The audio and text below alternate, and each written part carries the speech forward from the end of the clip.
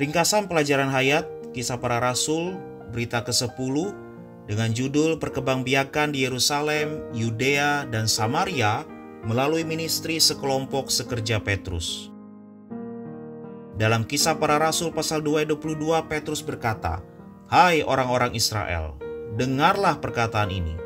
Yesus dari Nazaret adalah orang yang telah ditentukan Allah dan dinyatakan kepadamu dengan kekuatan-kekuatan dan mujizat-mujizat dan tanda-tanda ajaib yang dilakukan oleh Allah dengan perantaraan Dia di tengah-tengah kamu seperti yang kamu ketahui."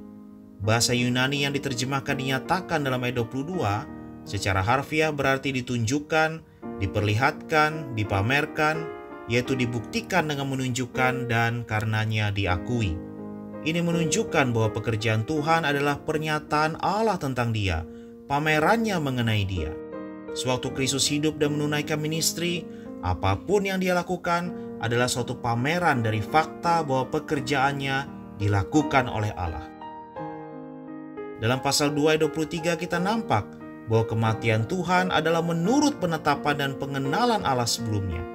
Dia yang diserahkan Allah menurut maksud dan rencananya telah kamu salibkan dan kamu bunuh melalui tangan bangsa-bangsa durhaka.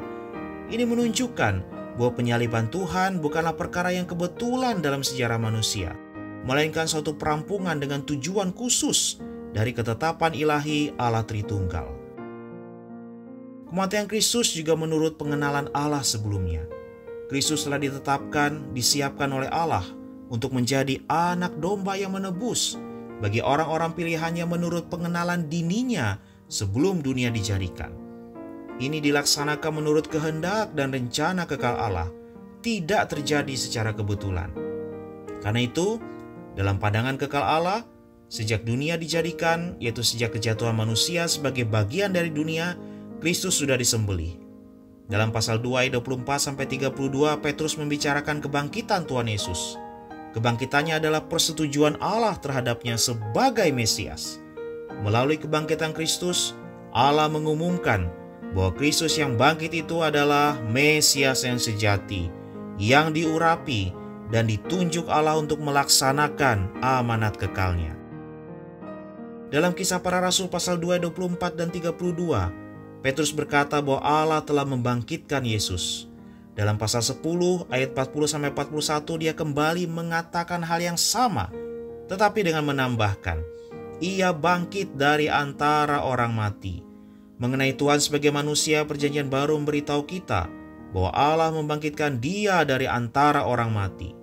Mengenai Dia sebagai Allah, Perjanjian Baru memberitahu kita bahwa Dia sendiri bangkit dari antara orang mati. Sama prinsipnya, mengenai Tuhan sebagai manusia, Perjanjian Baru memberitahu kita bahwa Dia dibunuh oleh manusia. Tetapi mengenai Dia sebagai Allah, Perjanjian Baru memberitahu kita bahwa Dia menyerahkan hayatnya sendiri. Kisah Para Rasul pasal 2 ayat 24 mengatakan bahwa tidak mungkin bagi Tuhan untuk tetap berada di dalam kuasa maut. Tuhan adalah Allah juga kebangkitan, memiliki hayat yang tidak dapat binasa. Karena Dia adalah yang hidup selamanya, maka maut tidak dapat menahan Dia. Dia menyerahkan dirinya sendiri kepada maut, tetapi maut tidak berdaya menahannya. Sebaliknya, maut itu dikalahkannya dan Dia bangkit dari maut. Kisah Para Rasul pasal 2 ayat 25 mengatakan, sebab Daud berkata tentang Dia, "Aku memandang Tuhan senantiasa di hadapanku, karena Ia berada di sebelah kananku, aku tidak goyah."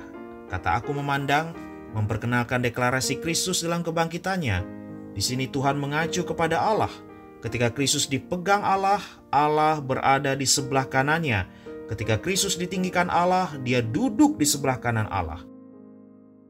Kisah Para Rasul pasal 2 ayat 28 melanjutkan, "Engkau memberitahukan kepadaku jalan kehidupan, Engkau akan melimpahi aku dengan sukacita di hadapanmu."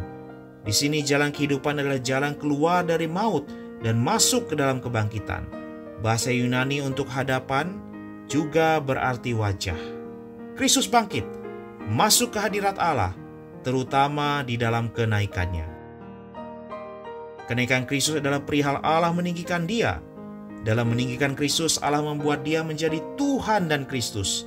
Pencurahan Roh Kudus adalah suatu bukti bahwa Allah telah meninggikan Tuhan Yesus dan telah membuatnya menjadi Tuhan dan Kristus. Sebagai Allah, Tuhan selamanya adalah Tuhan, tetapi sebagai manusia, Dia dijadikan Tuhan di dalam kenaikannya setelah Dia membawa keinsaniannya ke dalam Allah di dalam kebangkitannya. Sebagai yang diutus dan diurapi Allah, Dia adalah Kristus sejak lahir.